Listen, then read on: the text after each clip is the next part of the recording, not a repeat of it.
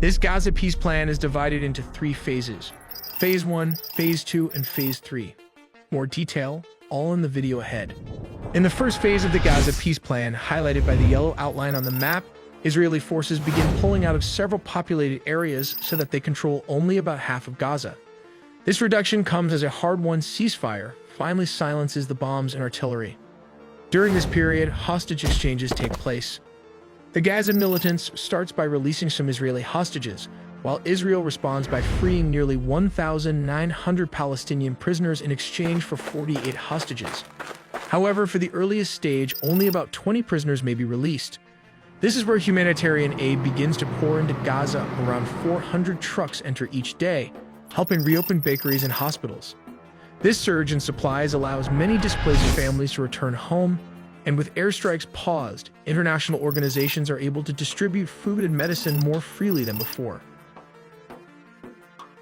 As trust starts to build, the second phase is set in motion. Israeli forces withdraw even further and now govern just 40% of Gaza. At this stage, Hamas releases the remaining 28 living Israeli hostages, while Israel lets go of about 1,000 additional Palestinian prisoners, many of whom were detained after the October 7 attack. At the same time, political reforms get underway. Gaza's administration shifts temporarily to a group of technocrats backed by the international community to ensure fair and neutral governance. The work increasingly focuses on rebuilding basic infrastructure, restoring power, reliable water, and safe living conditions. In the final phase and third phase, here as you can see is the smallest zone, that is the white line. The last Israeli troops exit most of Gaza, retaining control over roughly 15% along the border. Deceased hostages and prisoners are repatriated. Here blockades and restrictions are lifted, allowing unrestricted aid and goods. Gaza moves towards stable civilian rule, free of conflict and occupation. The roadmap isn't simple. Even after all these changes, Israel will maintain control over key areas marked by a white line on the map. So a large part of Gaza remains under some level of Israeli authority, even as the peace plan tries to offer a real path forward for millions of people worn down by years of conflict and shifting frontlines. But if this plan collapses like others have before, Israel is prepared to use force to retake Gaza, and the cycle of violence could begin all over again. But why Israel has not managed to defeat the militant group for the past 3 years? Here's how their strategy has shifted. The militant group has moved away from traditional battlefield tactics and embraced a decentralized insurgent style of warfare. With many of its top commanders killed and its command centers destroyed, the group now relies on small, autonomous units operating independently. These compartmentalized cells are much harder for Israeli forces to detect and eliminate, allowing for a more agile and unpredictable approach. Guerrilla tactics have become the new standard. Ambushes, sniper fire, IED attacks, and hit-and-run raids are now their primary methods of engagement. Rather than engaging in direct confrontations, these units use Gaza's dense urban landscape to strike Israeli forces and quickly disappear before a counterattack can be launched. This decentralized structure not only keeps operations going but also ensures that even if senior leaders are lost, the group can continue to wage its fight on multiple fronts. Despite the devastation of much of its weapons manufacturing infrastructure, Hamas has managed to salvage and repurpose equipment. Tools and components recovered from damaged tunnels and factories have allowed limited production to resume. They are once again building rockets, anti-tank missiles like the Kornet and Kassan rockets, and improvised explosive devices IED, which we will discuss further in the video on how they are made. These unexploded Israeli munitions are often converted into makeshift explosives for IED weapons. To create a psychological warfare, even under Israeli military oversight, short-range rockets are still being fired from within Gaza to create chaos. They managed to fight on because of the group's tunnel network remains a cornerstone of its strategy. Although Israeli forces have destroyed up to 85% of the tunnels in critical areas like Rafah and Khan Yunis, Hamas still retains hundreds of miles of underground passages. This is a basic timeline of what started this endless war in the Middle East without taking sides. Let's take a look at what happened in the recent past couple of years. 2023, October 7 massacre.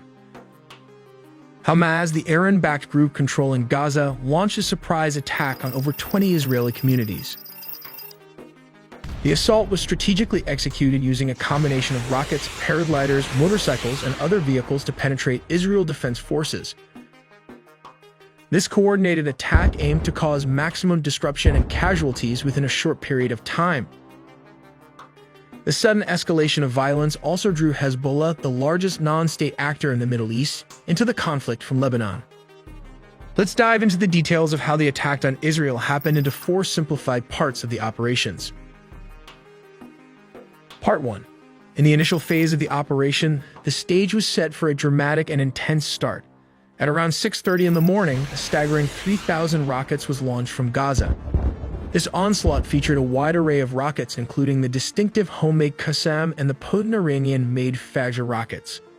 The Iron Dome missile defense system sprang into action to counter almost 60% of the rockets, animated in our recent video. Simultaneously, the skies near the border crackled with powered hang gliders and motorized paragliders and infiltrated the border. These unconventional flying machines serve as an unexpected element of surprise, challenging the air defense system.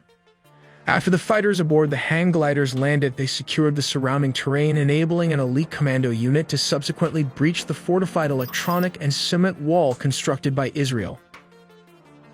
Part 2. At 7:30, a critical juncture of the operation unfolded as fighters executed a coordinated entry into Israeli territory near the Kerem Shalom crossing. This crossing held immense significance as it served as a pivotal checkpoint between Israel and Gaza, symbolizing a breach into the heart of Israeli territory. Simultaneously, another group of determined fighters launched an assault on Israel's Erez border crossing station. With calculated precision, they employed explosives to shatter the formidable barriers that had stood in their way. Following this daring act, they swiftly sped across the border on motorbikes. Further enhancing their advance, bulldozers were deployed to widen the gaps created by the explosive breaches, facilitating the influx of even more fighters.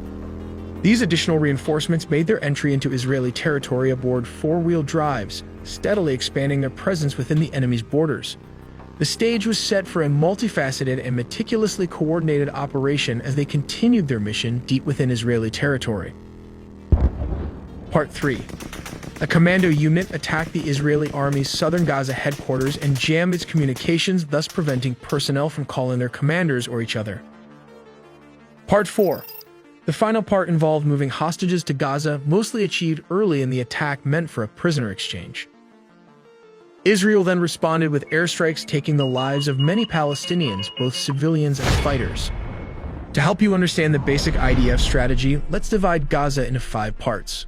We start with North Gaza, then move on to Gaza, followed by Deir al-Balah, Khan Yunis, and finally Rafah and this crossing towards Egypt. And a quick recap. Since Hamas' attack on October 7, the IDF has invaded Gaza from almost all sides by land, sea, and air. Firstly, invading Gaza from the north and progressing to central Gaza, while instructing Gazans to move to the south. There are various crossings that the IDF controls, mainly the Kerem Shalom, and Hamas controls Rafah. This is probably one of the last major crossings the IDF wants to clear and control, since the rockets were fired from Rafah at its soldiers near the Kerem Shalom crossing. But now here is the catch. Remember IDF instruction to move to the south. Gazans are now instructed to move to humanitarian zones towards the north.